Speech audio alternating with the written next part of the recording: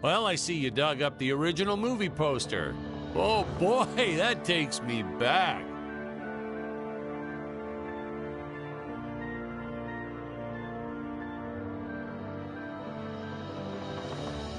All right, we're gonna start the commentary track now.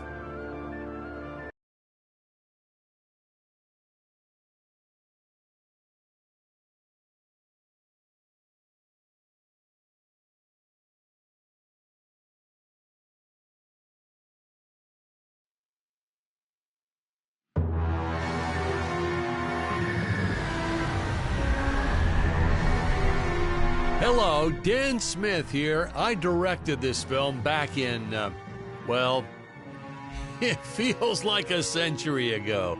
Yeah. The studio asked me to provide a commentary track for the DVD release. And wham! Straight into the action. No fluff or anything. That's what we did back then. Crash-landed ship. Out pops our hero, the fearless Dick Starspeed.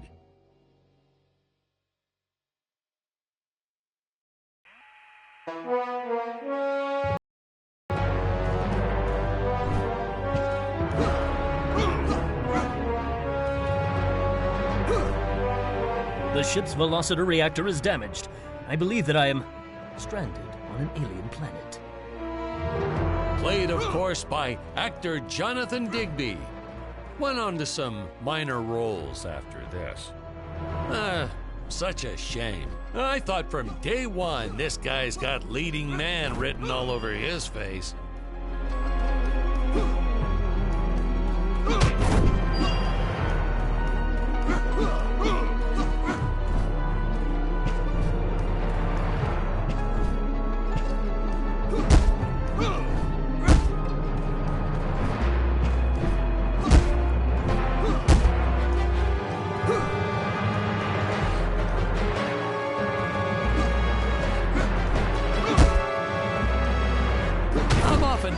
Why Dick breaks these boxes. He actually ad-libbed it. I told Jonathan, always keep things exciting.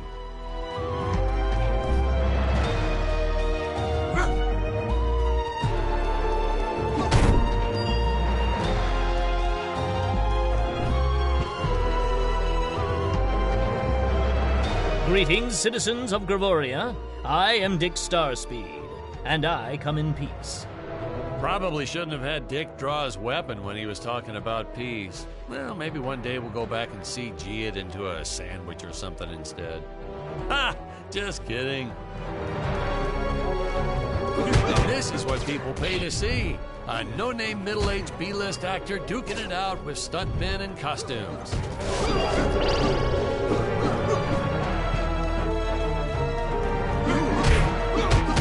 Such stunning choreography.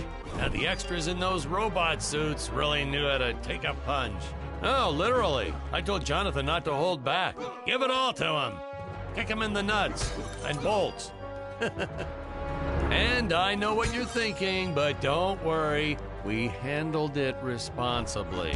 We made them all sign waivers not to sue for injuries.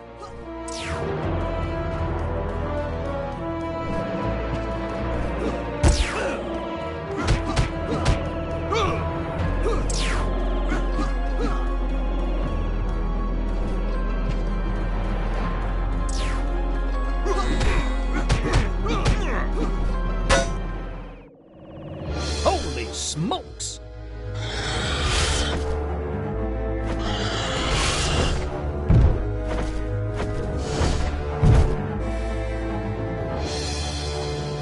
If I land squarely on that grain silo, I should survive this fall unscathed. Well, I shouldn't say this now, but you could actually see the strings if you squinted hard enough. A screenwriting trick from back in the old days. You put a grain silo or some haystacks down and it solves all your gravity-related problems.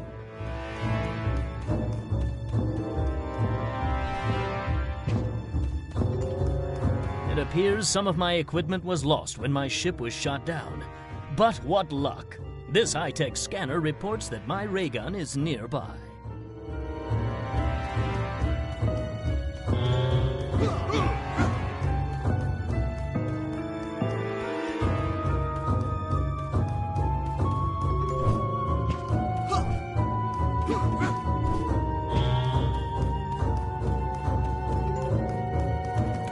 the dinosaurs.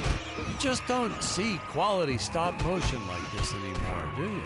Someone actually sat there and moved them, frame by frame.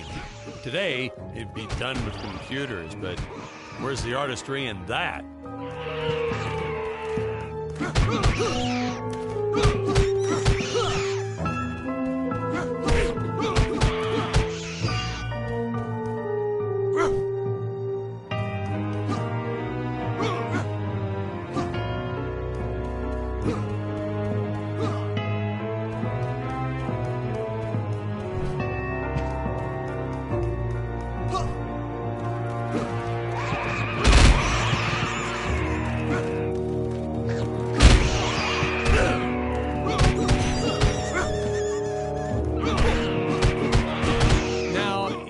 The trees here look a little plastic. Well, it's because they are. I took them from the set of my last film, Vampire Island 2.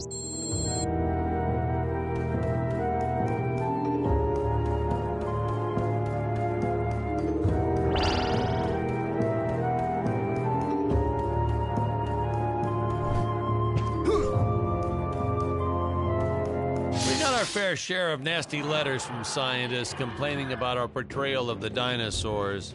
Was news to me. Apparently these stegosauruses weren't meat eaters. Must have preferred shellfish or something. Wow, how do they know? That's what I say.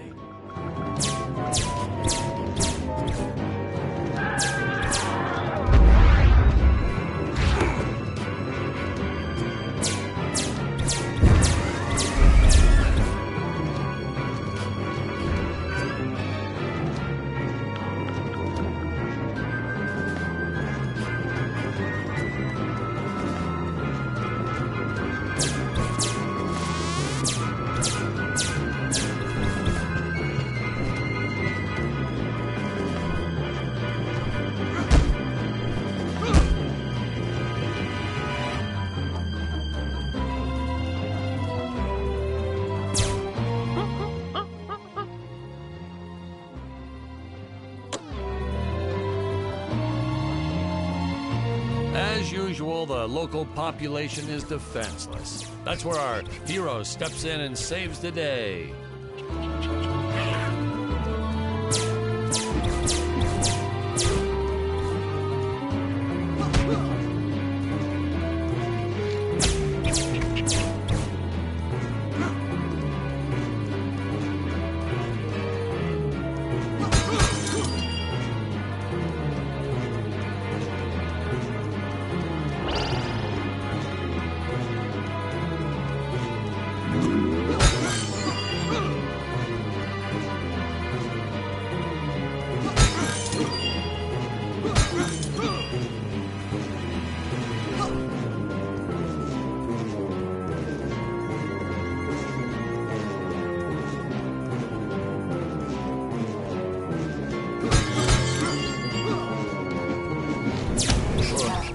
Put Jonathan through a lot shooting this film. He wasn't the best actor, especially when reacting to getting hit. He's what you call a flincher. So I told the stuntman to really just go to town on him. It's the only way to get an honest performance sometimes. Our props master tried to make the weapons soft, but there's only so much you can do. Lucky for us, Dick's entire body was covered in that spacesuit. That thing was a lifesaver when it came to hiding bruises. How curious. They dissolved into what appears to be gold.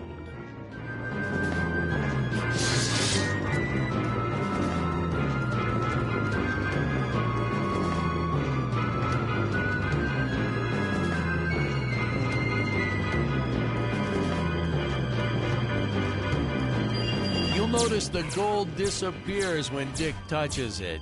We had a deleted scene that explained he's actually teleporting it back to his ship. It's funny, no one ever questioned how Dick was able to walk around with an infinite amount of gold on him.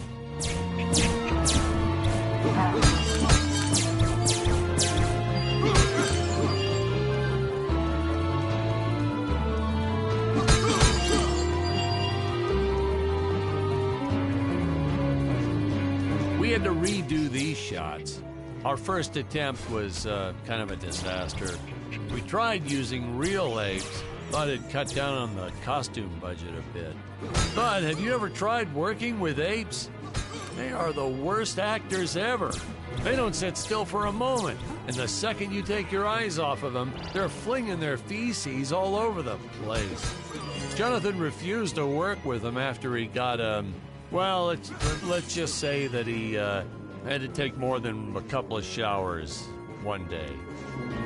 You know, you never forget the smell of monkey poo. We steam cleaned the studio top to bottom. Still never got rid of it entirely.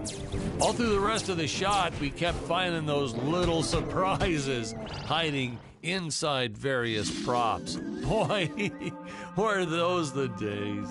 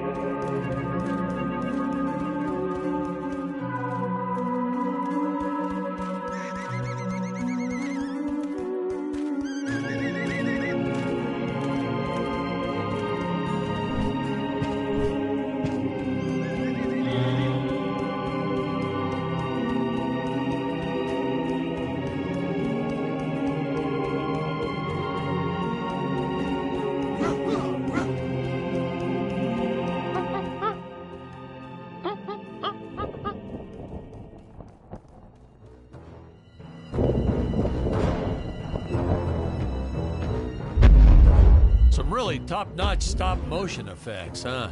Unfortunately, we skimped on the Dick Starspeed puppet a little. The Earthman is not for you to eat, fiend! Oh, this was groundbreaking. We had the woman rescuing the man for once. We were really ahead of our time with this scene, but well, then again, I've always been rather progressive. The studio exec didn't seem to get why it was such a big deal, though. Sorry, we don't see this as anything unusual. Ha! Of course! It's unusual. A woman would never save the man.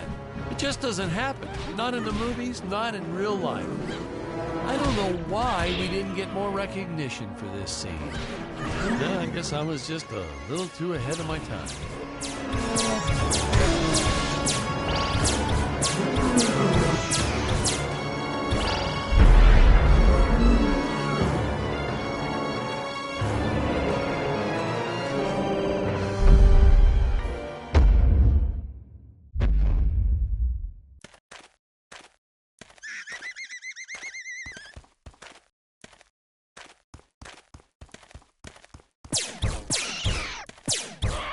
We're supposed to be seeing Dick and Scarlett's first dialogue scene here. Thank you for saving me, strange woman. What is your name? I am the magnificent Scarlet Nova.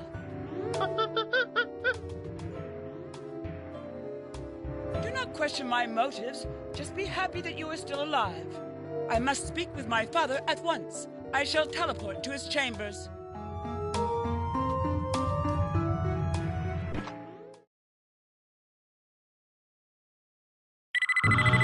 Huh? Where Where is this place? This is not my father's chambers. You have disobeyed me for the final time, Scarlet. Enjoy an eternity in the Tower of Eternal Solitude. For all eternity! The old fool did not notice I am wearing my jetpack.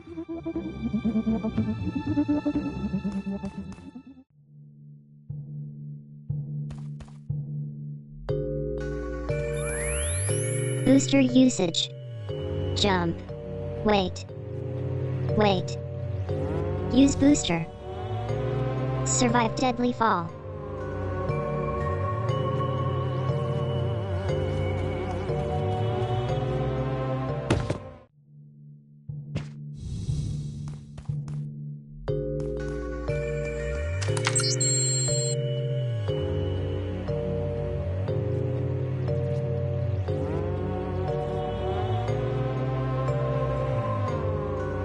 Scarlet didn't quite realize she needed to shoot those energy orbs down below.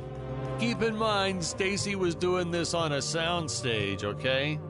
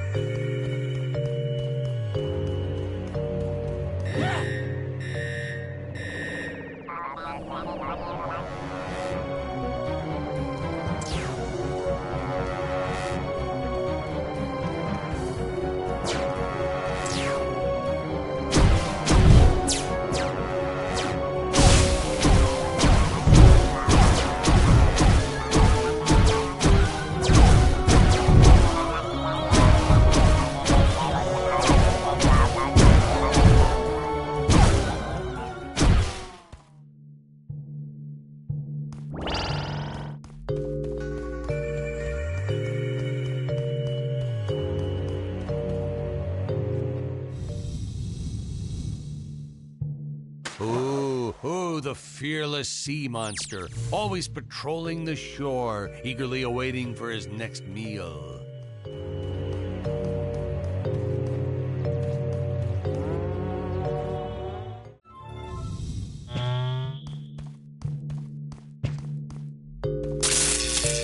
The energy imps. Such a neat effect. We had to paint each movement frame by frame and superimpose it into live footage. We were pulling all-nighters for weeks. Well, when I said we, I meant the artist. I'm pretty much useless if I don't get a solid 10 hours a night. But they were at it forever. They had to redo it all because I accidentally told them red instead of blue the first time. Artists.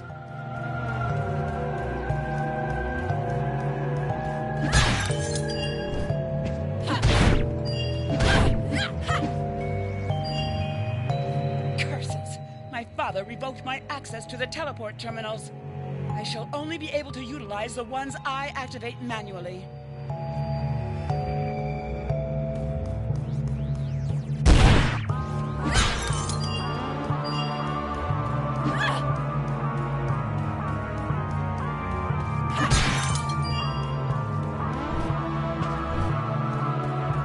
Man, some of these shots are dragging on longer than I remembered.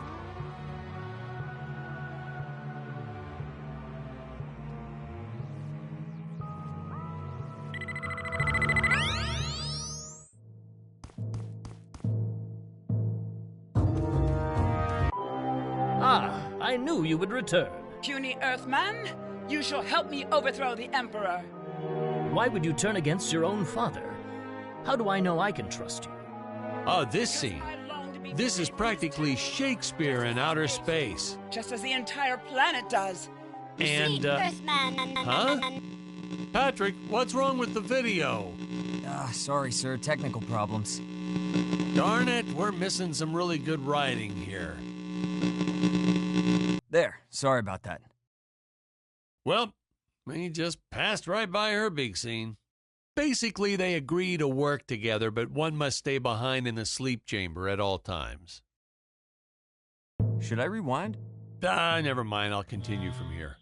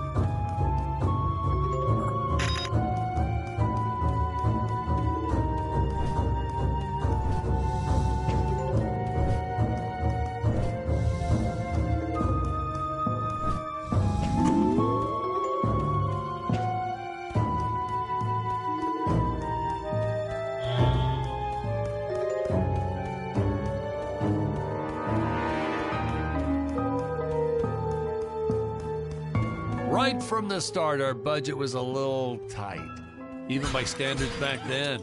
To make do, Tony shot a couple scenes in black and white. Originally, he intended to use it for flashbacks. But then I had to break it to him. Our film doesn't have flashbacks. We almost made it a silent film just to cut costs.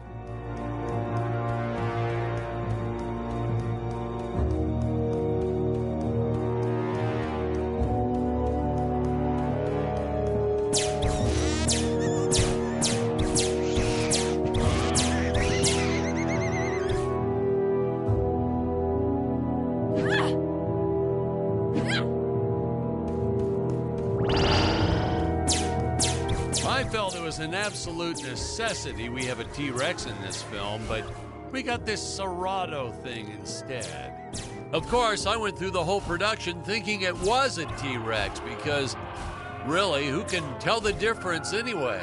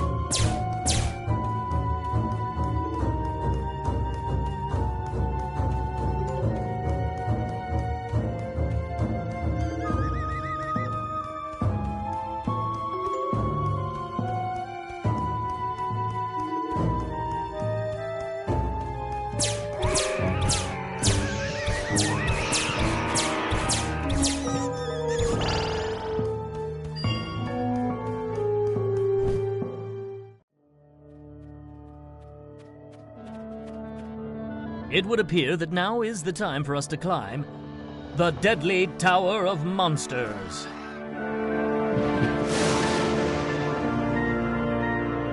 Good screenwriting 101. Always announce the title within the film itself. How else are you going to let the audience know your heroes really mean business?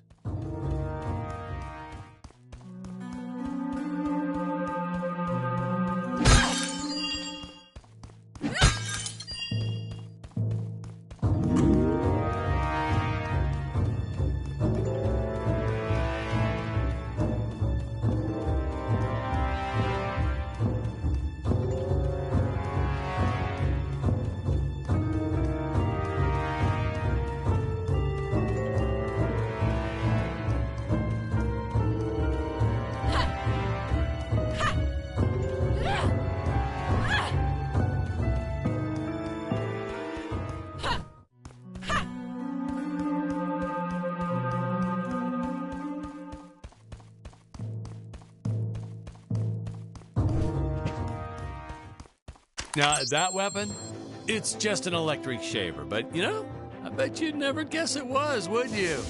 They look so futuristic.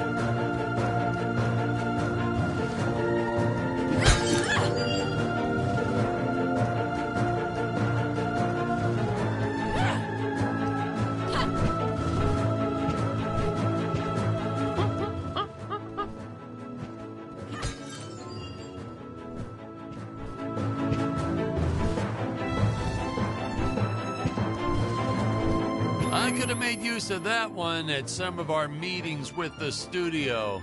Oh, you'd like to see records of where our budget went to this month? Sure, let me get that for you right now. Boom, boom. Yeah.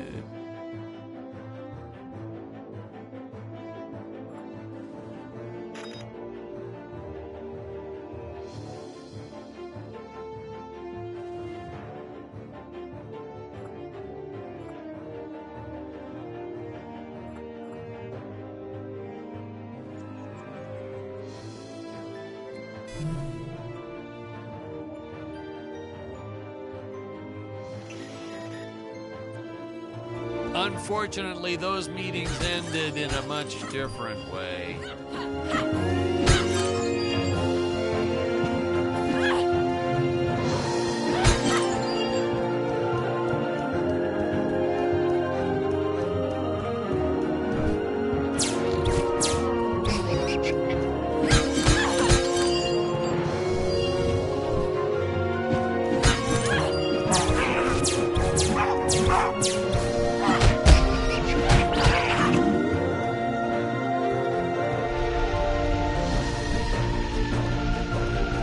I know a taxidermist who helped us out with these bat creatures for real cheap. He's not good. He's kind of sloppy if you want to know the truth. But that's the best part. A sloppy bat looks scarier. Oh, but you gotta sew up that sphincter. Just trust me on that one.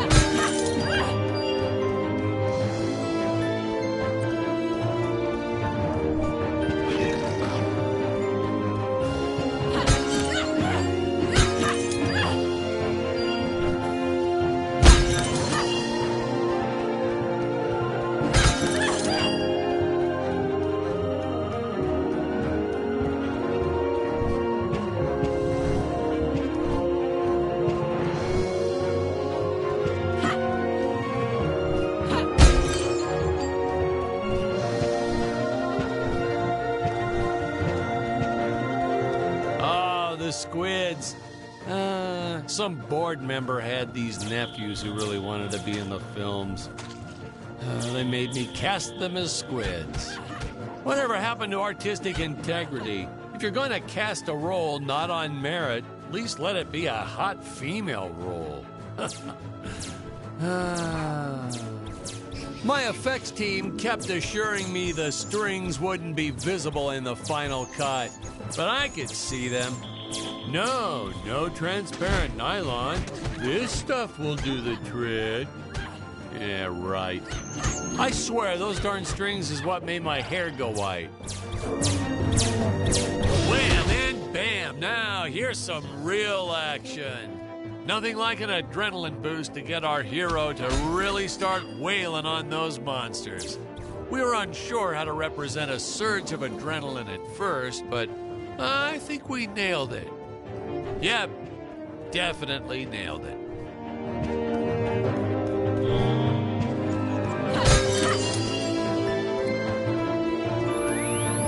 Air teleport usage. Jump. While in the air, use teleport. Quickly return to upper floor.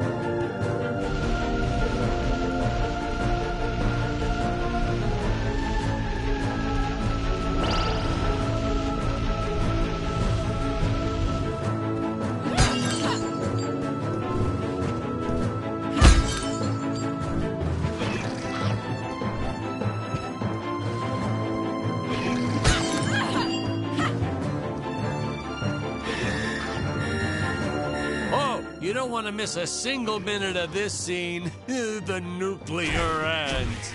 Hey, we need to remind the audience our heroes are climbing a tower, so I needed something that would stick to walls. Originally, we had these web-footed what-have-yous. Not very scary. And then I left some cake out in my trailer, and it was crawling with ants in the morning. And that's when it hit me. What is the most obnoxious thing in the world?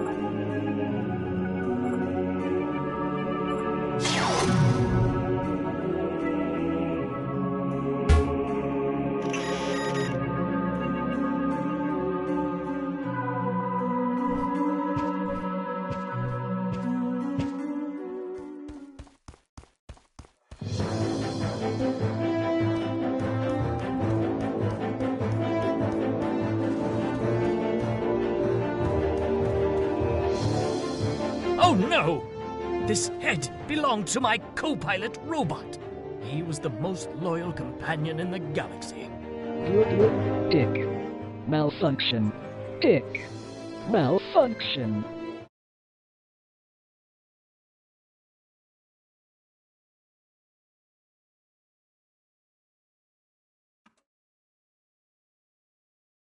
Rusty robot sidekick, huh? Am I right? In the original draft, we had Dick and Scarlet team up with an alien from the planet's surface. You know the type, pointy ears, wise and emotionless. But then we came to our senses and realized that a giant tin can robot's way cooler. Besides, everybody was doing the alien thing back then. You know me, I'd rather be a trailblazer.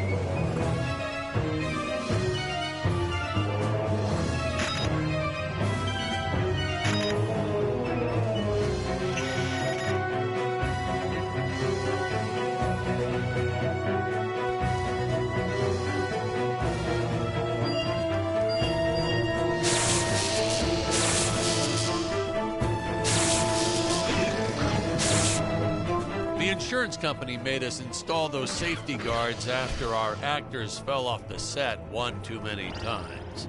Granted, they kept falling off even with the rails, but thanks to how the contract was laid out, we were no longer liable for their injuries.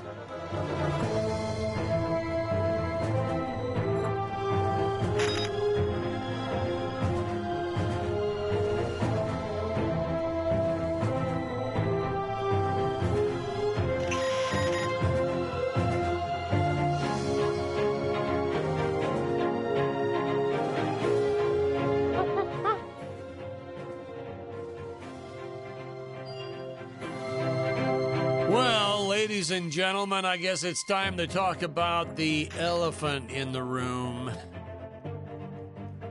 Why on earth does this crazy film have title cards on screen when people are talking? You're thinking that, aren't you? I know you are. I would be too. Well, we had thought about making it a silent film at one point, so we shot a lot of scenes up close like this, with the dialogue written out for the audience to read. Well, when we swapped over to making a talkie, well, we just decided to keep on going rather than reshooting all those scenes.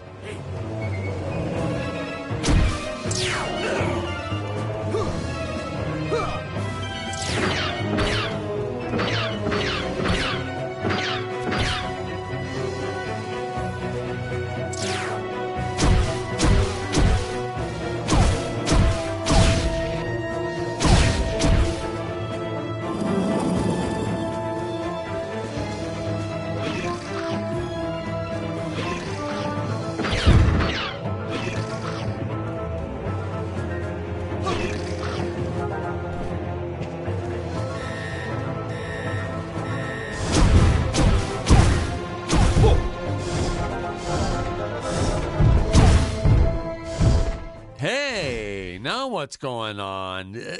This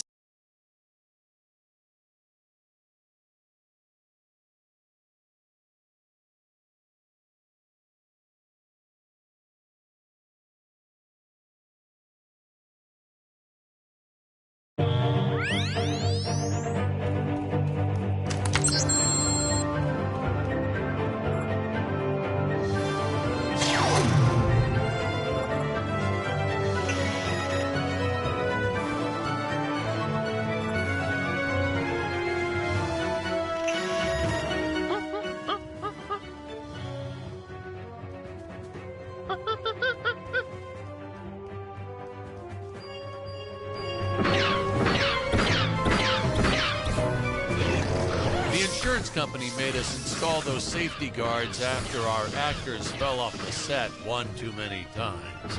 Granted, they kept falling off even with the rails, but thanks to how the contract was laid out, we were no longer liable for their injuries.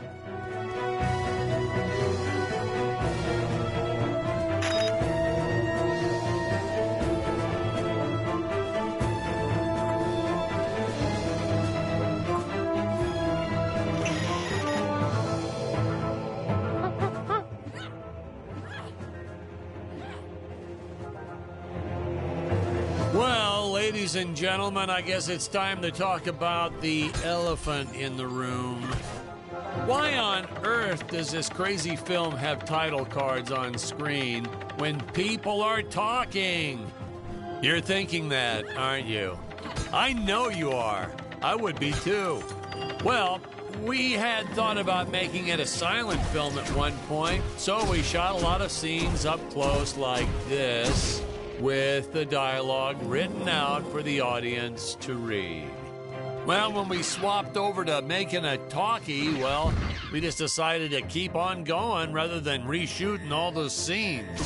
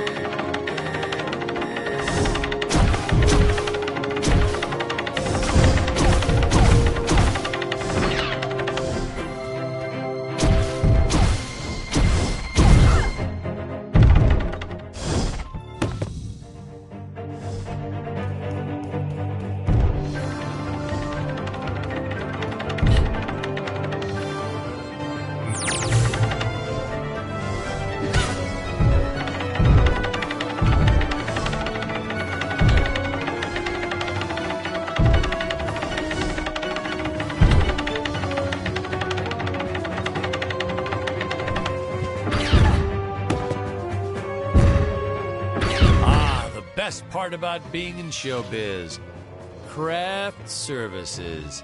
It's like never-ending supply of free food all day long. I never had to pay for a single meal. Hey, Patrick, I noticed you guys don't do that here in your studio. You should talk to your boss. maybe even just a bagel station.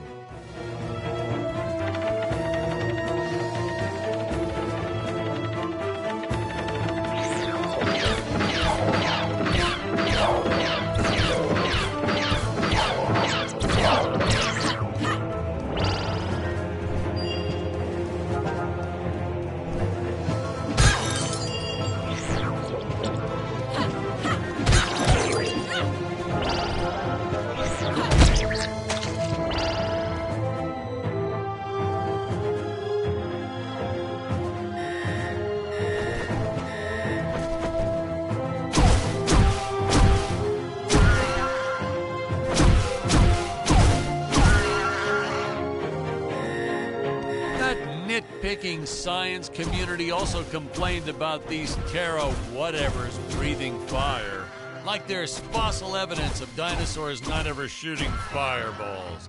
It's not like I gave them neck frills or had them spit poison or anything ridiculous like that.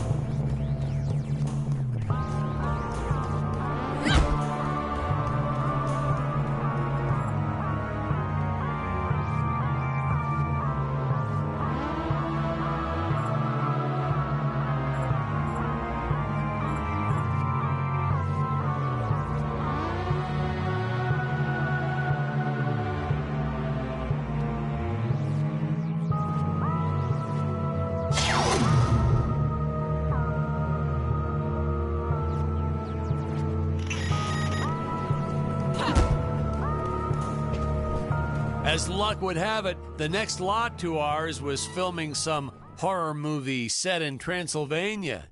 So we signed a soft contract with them to use their set after they wrapped for the day. And by that, I mean we kind of snuck in and filmed it real quick when no one was looking. I had my assistant Phyllis keep a lookout for the security guard.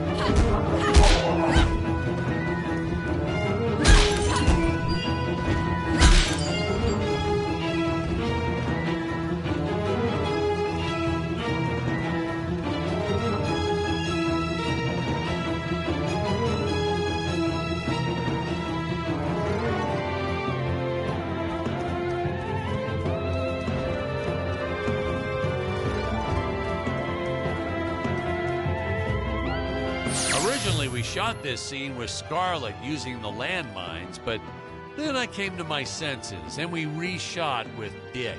I mean, a woman using high explosives? This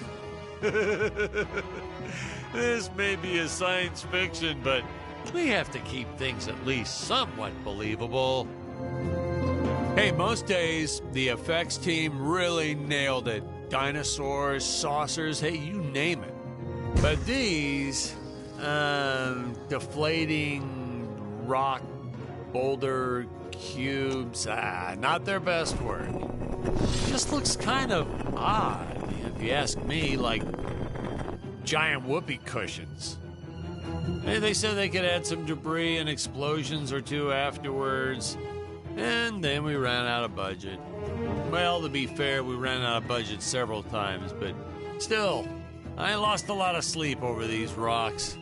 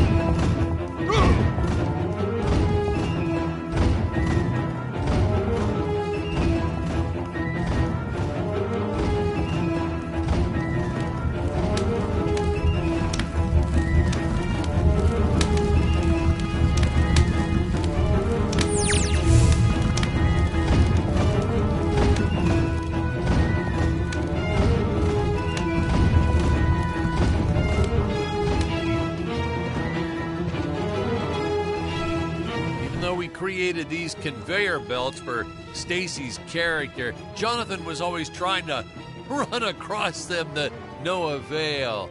I probably should have told him that we slowed the belt down whenever Scarlett runs across, but I got a real kick out of watching him try.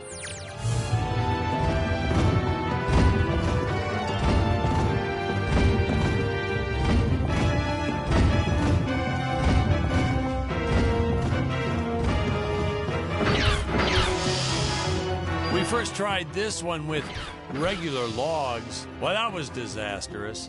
I'll tell you, never mess with physics.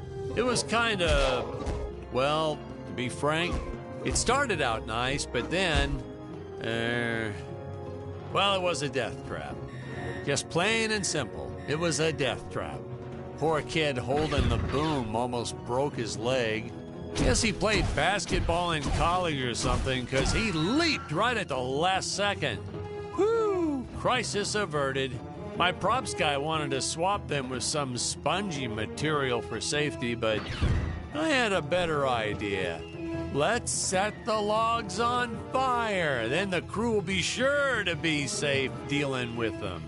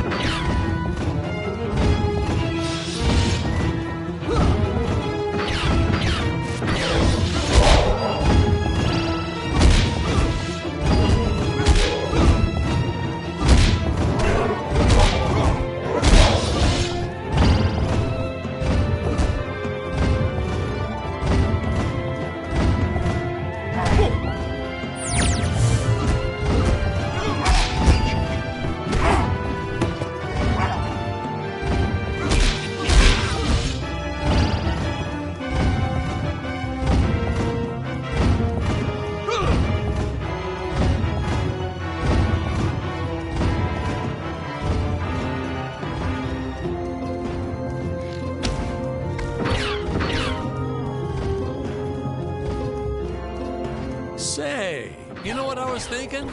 With all this jumping and climbing and jumping, wouldn't this make a great video game?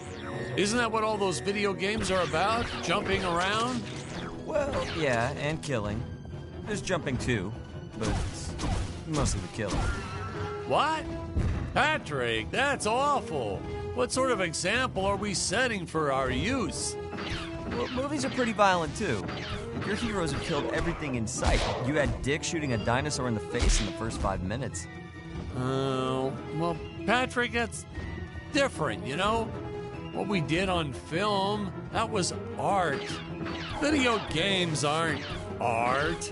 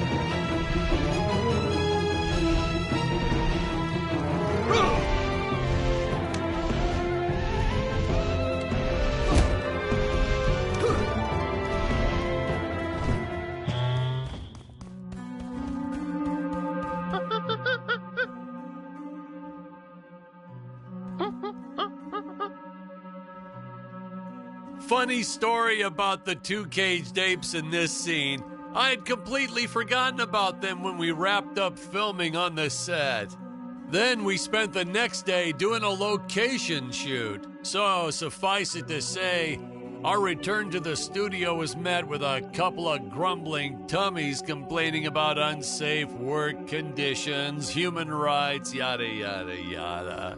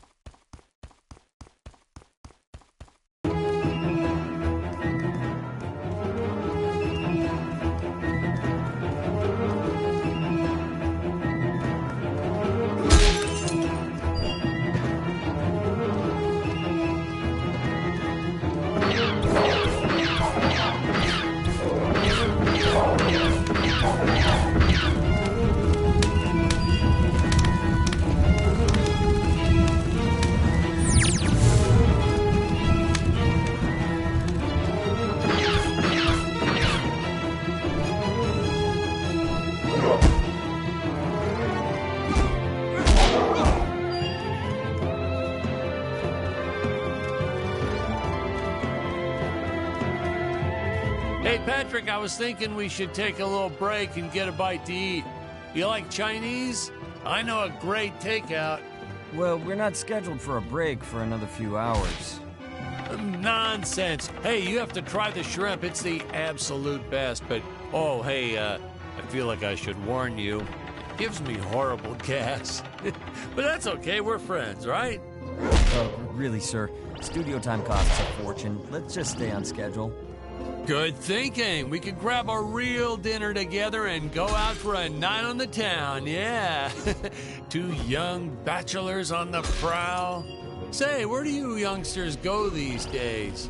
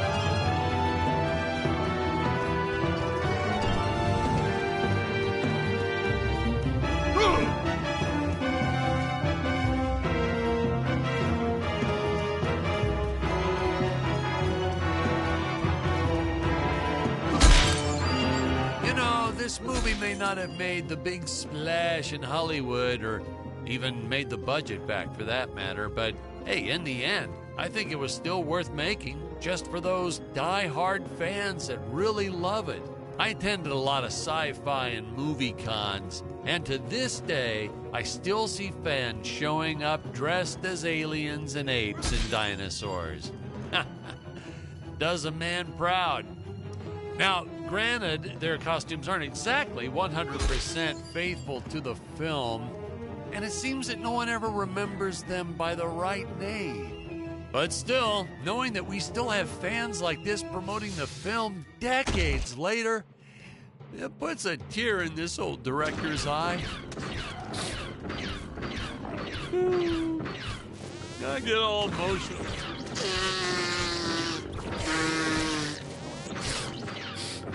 Okay,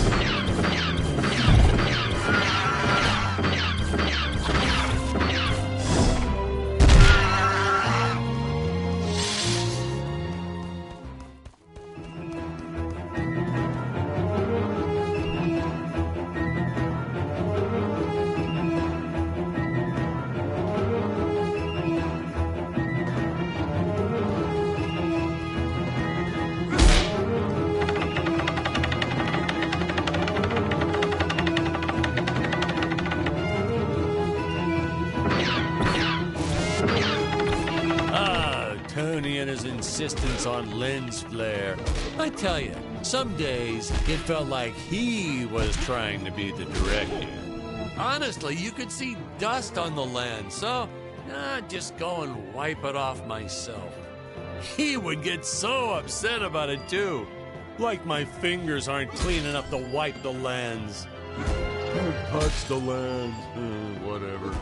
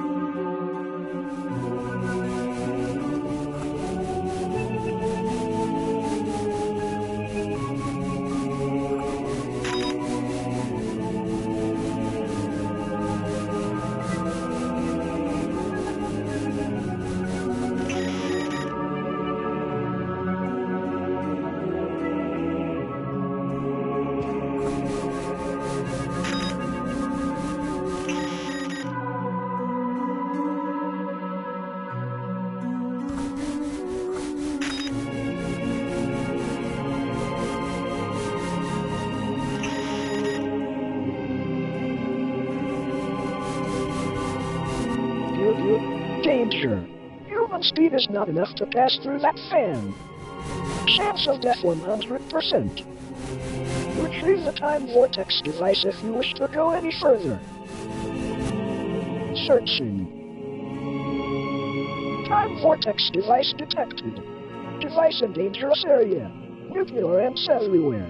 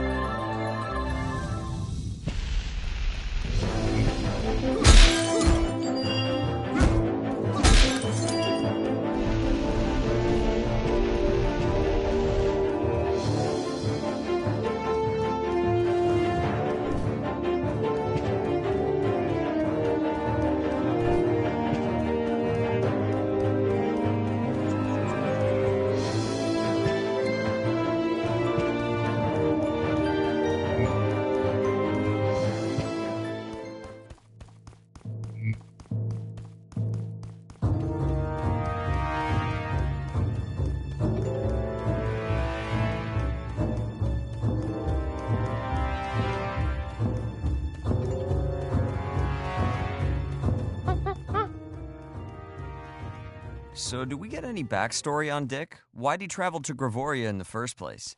Did he do any research before landing there? Did he have a specific mission in that region of space? Patrick, if you keep getting bogged down by the details, how will you ever learn to just sit back and appreciate the work of art for what it is?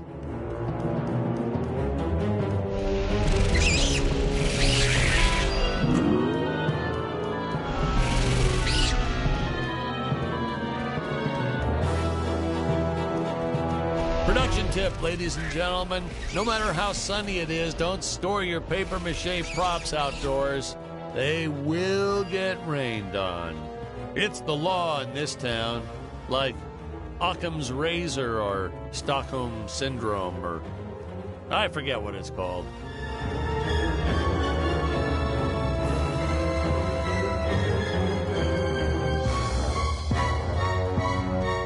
What in the cosmos? It's my co-pilot's body! I believe that I can repair him. Oh no! I am trapped!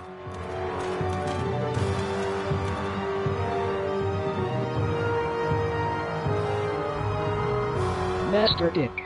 Master Dick.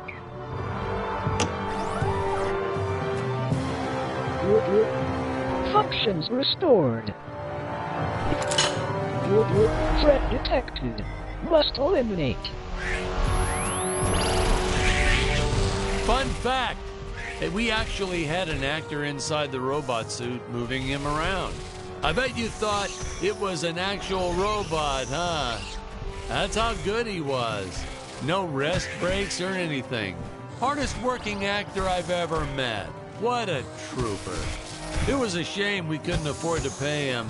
And of course, since he wasn't on the payroll, I couldn't officially add him to the credits. But still, what a trooper. Wish I had a dozen actors like him.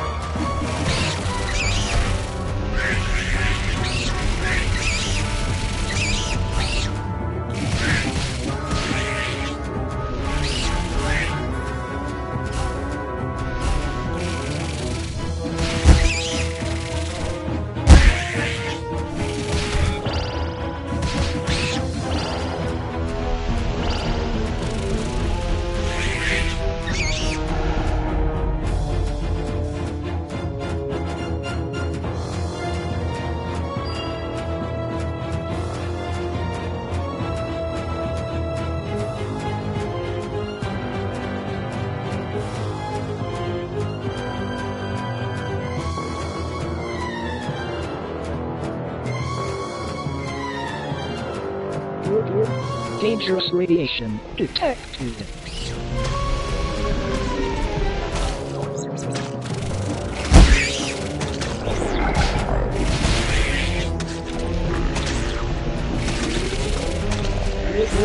Eliminate with extreme prejudice.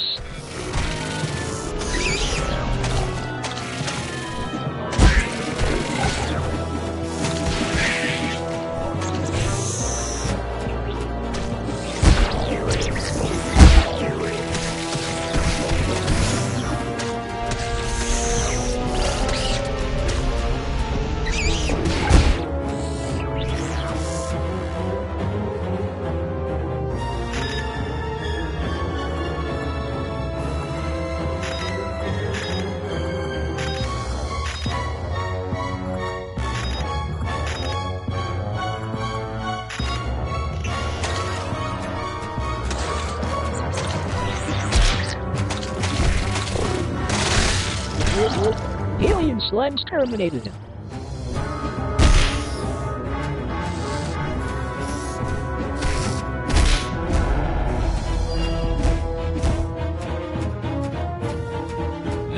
No, we didn't use the same material for the toxic waste as we did the slimes. I mean, why fake something when you have the real deal available? We found a place where people were just dumping the stuff away for free. I was hoping the crew members handling it might get some cool superpowers from it, but no, nothing like that.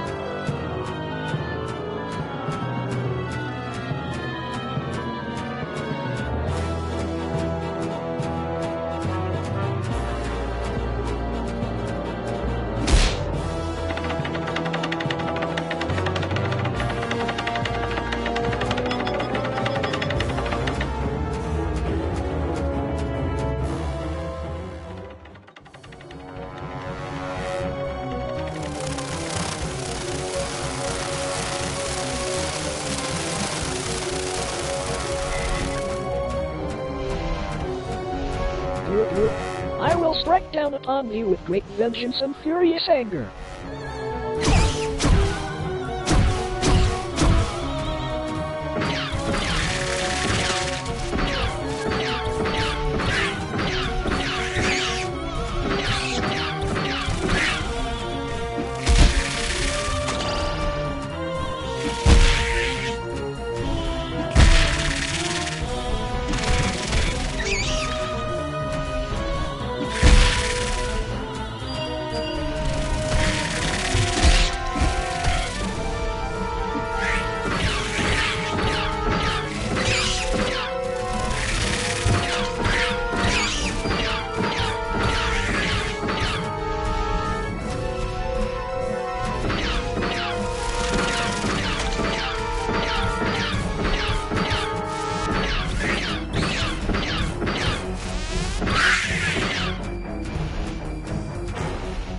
Oh, Robot, you're all right! And you saved the day. You're threat eliminated. Looks like the Emperor's days are numbered. At long last, we have assembled our team. A lot of reviewers and fans, too, always wondered why we shot so few scenes with all three heroes in it together. I mean, we did our best to explain it. Something about the sleep chambers or staying back to protect the ape village. Really, it was just logistics.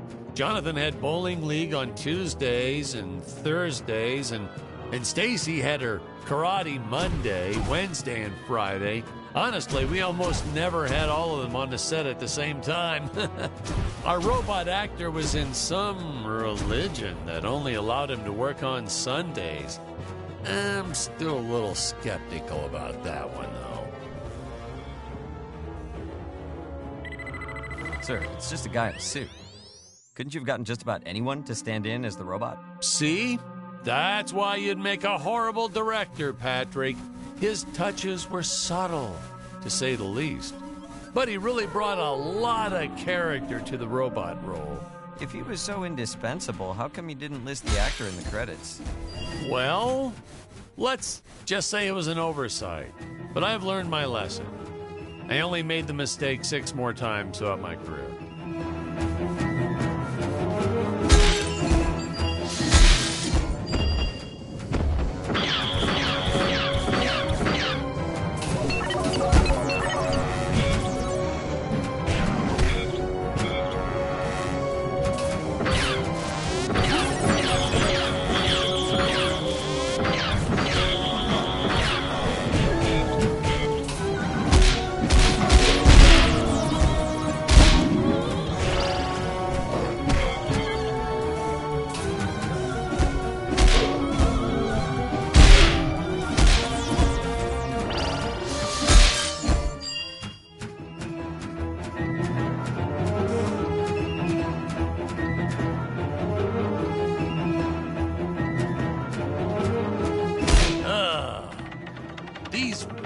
rickety old things, the higher up they went, the more they sounded like they were gonna fall apart.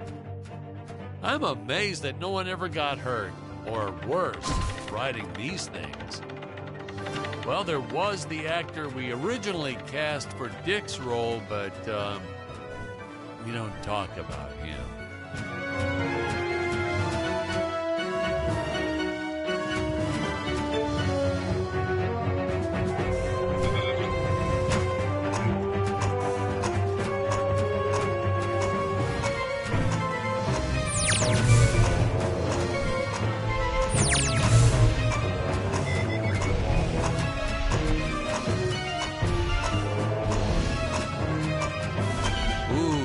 Really start to get a sense of how high up our heroes have been climbing here.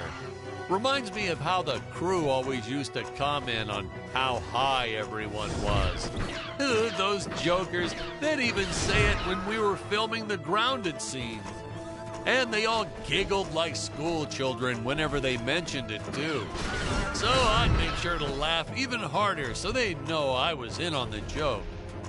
Whatever it was.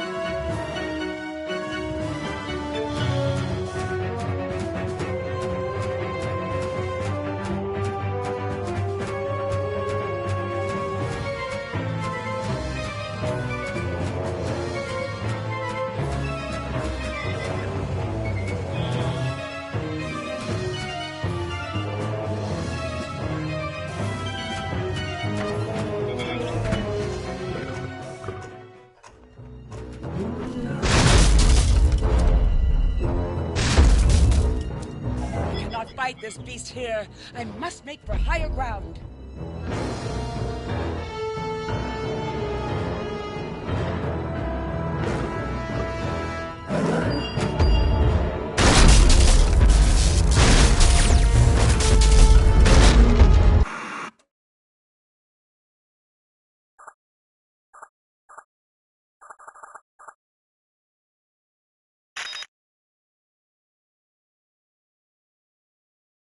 Hey, is this thing on?